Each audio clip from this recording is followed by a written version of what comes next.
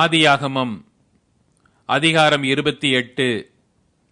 ஈசாக்கு யாக்கோபை அழைத்து அவனை ஆசீர்வதித்து, நீ கானானியருடைய குமாரத்திகளில் பெண் கொள்ளாமல் எழுந்து புறப்பட்டு பதான் அராமில் இருக்கிற உன் தாயினுடைய தகப்பனாகிய பெத்துவேலுடைய வீட்டுக்கு போய் அவ்விடத்தில் உன் தாயின் சகோதரனாகிய லாபானின் குமாரத்திகளில் பெண் கொள் என்று அவனுக்கு கட்டளையிட்டான்.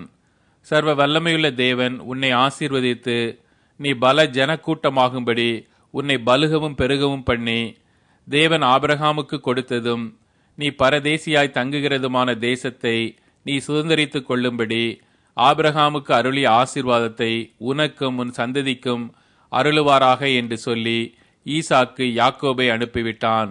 அப்பொழுது அவன் பதான் அராமில் இருக்கும் சீரியா தேசத்தானாகிய பெத்துவேலுடைய குமாரனும் தனக்கும் ஏசாவுக்கும் தாயாகிய ரெபேக்காளின் சகோதரனுமான லாபானிடத்திற்கு போக புறப்பட்டான்.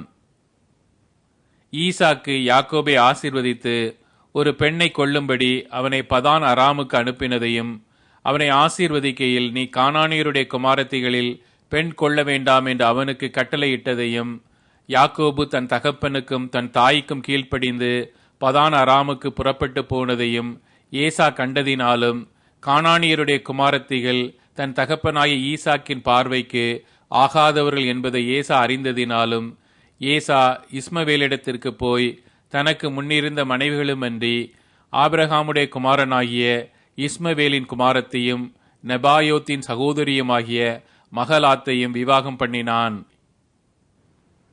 யாக்கோபு பெயர்சபாவை விட்டு புறப்பட்டு ஆரானுக்கு போக பிரயாணம் பண்ணி ஒரு இடத்திலே வந்து சூரியன் அஸ்தமித்தபடியினால் அங்கே ராத்தங்கி அவ்விடத்து கற்களில் ஒன்றை எடுத்து தன் தலையின் கீழ் வைத்து அங்கே நித்திரை செய்யும்படி படுத்து கொண்டான். அங்கே அவன் ஒரு சொப்பனம் கண்டான். இதோ, ஒரு ஏணி பூமியிலே வைக்கப்பட்டிருந்தது. அதன் நுனி வானத்தை எட்டி இருந்தது. அதிலே தேவதூதர் ஏறுகிறவர்களும் இறங்குகிறவர்களுமாயிருந்தார்கள்.